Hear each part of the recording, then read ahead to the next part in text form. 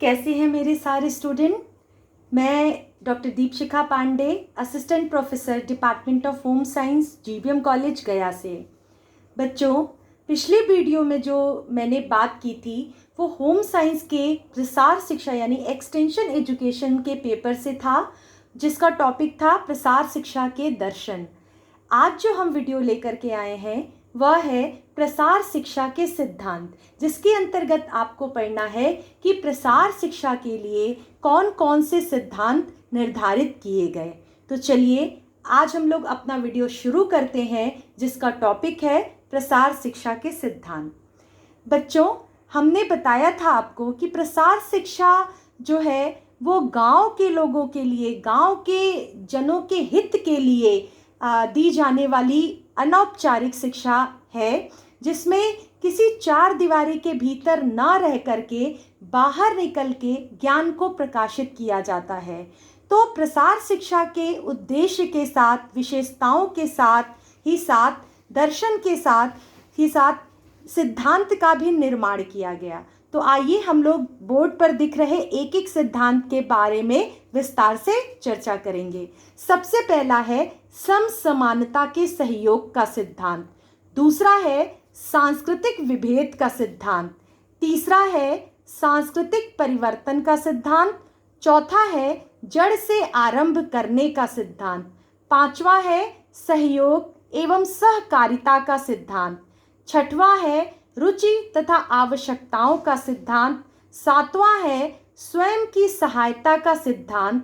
आठवां है प्रशिक्षित विशेषज्ञों का सिद्धांत। और लास्ट है शिक्षण विधियों एवं स्वेच्छा का सिद्धांत। तो चलिए बच्चों, सबसे पहले हम अपनी पहली जो हेडिंग है समसमानता के सहयोग का सिद्धांत पर चर्चा करते हैं।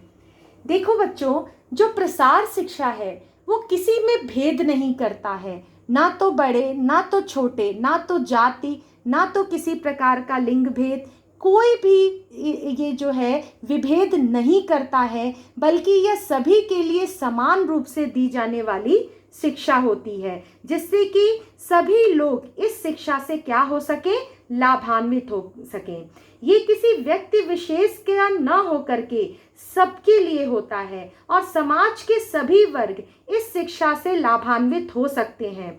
मान लो इसमें विषय से संबंधित थोड़ा मोड़ा परिवर्तन किया जा सकता है, लेकिन ऐसा नहीं है कि यह शिक्षा किसी व्यक्ति विशेष या व्यक्ति विशेष वर्ग के लिए दी जाती है। अगला है सांस्कृतिक विभेद का सिद्धांत। सबसे पहला देखते हैं हम लोग कि प्रसार शिक्षा को प्रभावशाली बनाए जाने के लिए यह जरूरी है कि प्रसार विधियों का चुनाव स्थानीय संस्कृति के अनुरूप रखा जाए, यानी कि हम जो भी प्रसार विधि अपनाएं वह गांव की संस्कृति और वहाँ के जो भी नियम कानून है उनको ध्यान में रख करके तैयार करें। यदि हम संस्कृति से हट करके कोई सिद्धांत तैयार करते हैं तो हो सकता है ग्रामीण जन उस सिद्धांत को अपनाना ना पसंद करें। तो हमको यह भी ध्यान रखना है कि प्रत्येक गांव की अपनी अलग संस्कृति होती है और उस संस्कृति का रूप हमें स्वीकार करना पड़ता है। तो प्रसार कार्यकर्ता का यह पहला दायित्व होता है कि वह प्रत्येक गांव की संस्कृति और वहाँ के रीति रिवाज के अनुसार अपने प्रसार शिक्षा का सिद्धांत निर्धारित करें। अगला है सांस्कृतिक परिवर्तन का सिद्धांत। लोगों की संस्कृति में समय से परिवर्तन आता है। प्रसार शिक्षा भी जब से शुरू किया गया था उस समय से लेकर अगर हम आज तक देखें तो लोगों में थोड़ा बहुत परिवर्तन लाने में सफलता हुई है। इस दृष्टि से अगर जहां जितना और जिस स्तर का प्रसार हो चुका है वहां के लिए प्रसार शिक्षा के स्वरूप में परिवर्तन लाना जरूरी है, यानी आवश्यक है। ठीक है, और लोगों के व्यवहार में भी परिवर्तन लाने की जरूरत है और प्रसार कार्यकर्ता उनका विश्वास जीत सके। उन्हें विश्वास आ जाना चाहिए कि जो प्रसार कार्यकर्ता जो है वो हमें शिक्षित कर रहा है वो एकदम सटीक जानकारी देगा और परिवर्तन को स्वीकार करने के लिए प्रेरित करेगा। अगला है जड़ से आरंभ करने का सिद्धांत। अपने काम में सफल होने के लिए प्रसार कार्यकर्ता, हम बार बार प्रसार कार्यकर्ता की बात कर रहे हैं, यानी कि वह कार्यकर्ता जो प्रसार कार्य करने का कार्य करता है। ठीक है, तो प्रसार कार्यकर्ता को प्रसार कार्य कहाँ से आरंभ करना है, यह जो है उसको जानकारी होनी चाहिए, यानी कि हमको जड़ से आरंभ करना है। ऐसा नहीं सोच करके गांव में जाना है कि गांव के लोगों को ये जानकारी तो होगी, हम उसके आगे से बताएंगे, बल्कि उनको शुरुआत से उस शिक्षा से संबंधित जानकारी देनी होती है। ठीक है, इसके साथ ही क्या करना होता है कि उनकी मनोवृत्तियों को जानने की ज़रूरत पड़ती है प्रसार कार्यकर्ता को। फिर स्थानीय, क्षेत्रीय या राष्ट्रीय संदर्भ की वर्तमान स्थितियों पर कार्यक्रमों को आधारित किया जाना चाहिए प्रसार कार्यकर्ता के द्वारा। अगला है सहयोग एवं सहकारिता का सिद्धांत। बच्चों देखो, प्रसार सेवा में सहयोग महत्वपूर्ण होता है, और जब तक प्रसार कार्य में सबका सहयोग नहीं होगा तब तक कोई भी कार्य सफल नहीं हो पाएगा। ठीक है, तो अध्ययन से भी स्पष्ट है कि जब लोग कार्यक्रमों में भाग लेते हैं तब उनके व्यवहार में सहज और शीघ्र ही परिवर्तन लाया जा सकता है।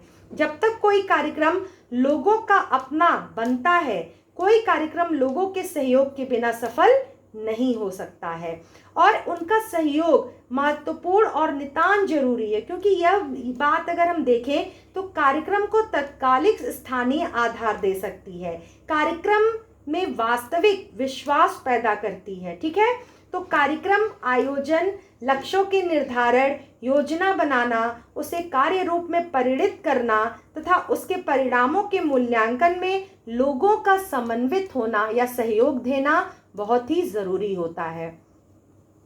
अगला है रुचि तथा आवश्यकताओं का सिद्धांत। ठीक है, तो प्रसार कार्य में तभी कुछ सफलता की हम आशा कर सकते हैं जब उसके प्रोग्राम को या कार्यक्रम को लोगों की ज़रूरत पर आधारित हम बनाएं तथा उनका क्रियान्वयन लोगों की रुचि और जागरूकता के या ज़रूरत के मुताबिक हो। इसके लिए लोगों की रुचि का पता लगाना आवश्यक है, वो किस संदर्भ में जागरूक हैं, किस संदर्भ में जागरूक नहीं है, इसकी जानकारी लेना ज़रूरी है। जिस प्रकार एक ऊंचे भवन के लिए मजबूत नींव की ज़रूरत होती है, उसी तरह से लोगों की रुचि और ज़रूरतों पर आधारित प्रसार कार्यक्रमों का विकास की दिशा में ठोस आधार बनता है और बेहतर परिणाम या रिजल्ट जो है हमको उपलब्ध हो पाता है। अगला है स्वयं की सहायता का सिद्धांत, यानी कि प्रसार कार्यकर्ता का प्रमुख काम लोगों को अपनी उन्नति स्वयं करने के लिए प्रेरित करना या मदद करना है, और उनको सिखाना है कि वह स्वयं की सहायता कैसे कर सकते हैं। जब सीखने वाला कुछ सीखने की अपनी जिम्मेदारी को अगर समझता है तो तब क्या हो सकता है कि वह ज़्यादा से ज़्यादा अपने उद्देश्यों की पूर्ति कर सकता है। उन्हें अपने कार्य व्यवहार में परिवर्तन लाने में जरूरी सहायता मिलनी चाहिए, और इसी थोड़ी सी मदद का प्रभाव वैसा ही पड़ता है जैसे थोड़ा सा दही पूरे दूध को में अगर पड़ता है तो वो दूध की रूपरेखा बदल देता है, यानी कि वो पूरा दही बन जाता है। तो ज़रूरत है कि लोग अपनी सहायता स्वयं करें और प्रसार कार्यकर्ता लोगों को प्रेरित करें कि अपनी समस्याओं का समाधान स्वयं करें। अगला है प्रशिक्षित विशेषज्ञों का सिद्धांत।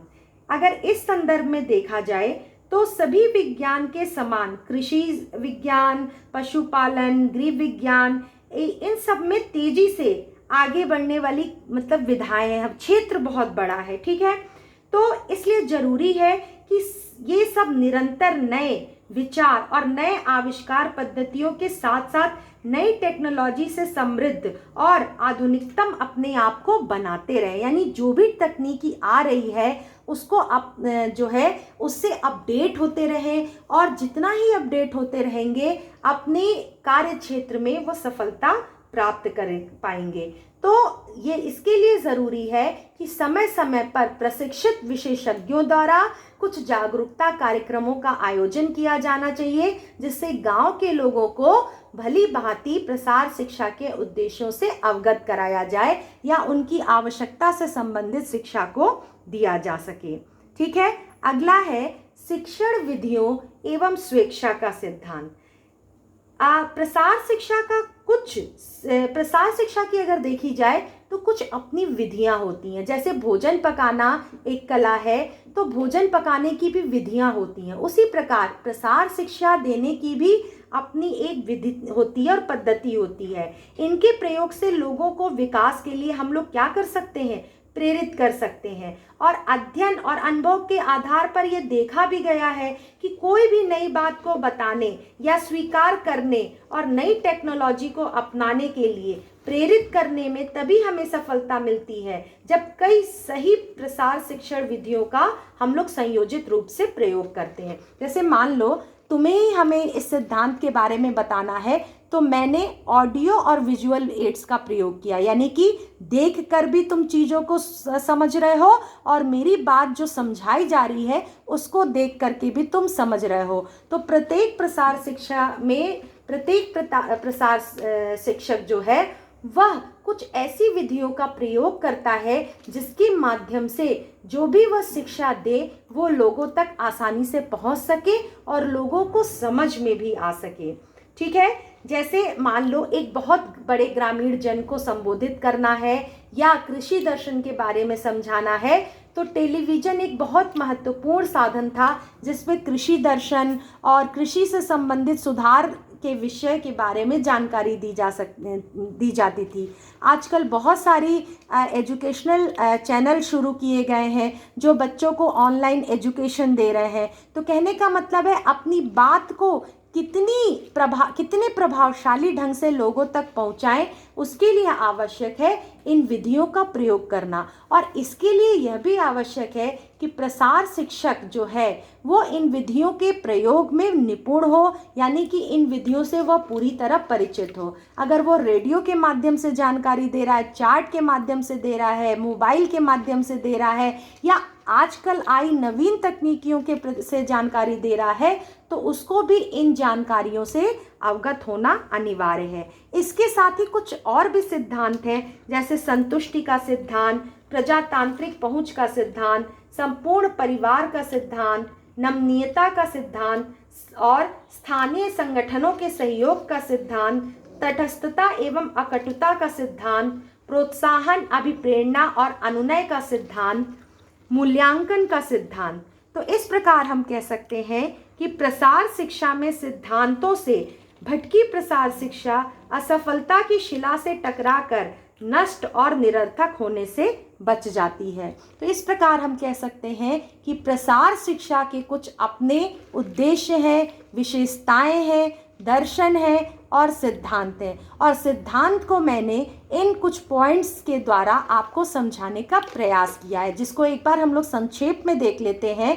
पहला है समसमानता के सहयोग का सिद्धांत, सांस्कृतिक विभेद का सिद्धांत, सांस्कृतिक परिवर्तन का सिद्धांत, जड़ से आरंभ करने का सिद्धांत, सहयोग एवं सहकारिता का सिद्धांत, रुचि तथा आवश्यकताओं का सिद्धांत, स्वयं की सहायता का सिद्धांत, प्रशिक्षित विशेषज्ञों का सिद्धांत और अंतिम में है शिक्षण विधियों एवं स्वेच्छा का सिद्धांत। तो आई होप स्टूडेंट्स कि आपको ये लेक्चर समझ में आया होगा। आशा करते हैं कि इस कोरोना महामारी के बीच में आप लोग अपने स्वास्थ्य का ध्यान रख रहे होंगे और स्वस्थ रहिए, प्रसन्न रहिए और अपने को सुरक्षित रखिए। धन्यवाद।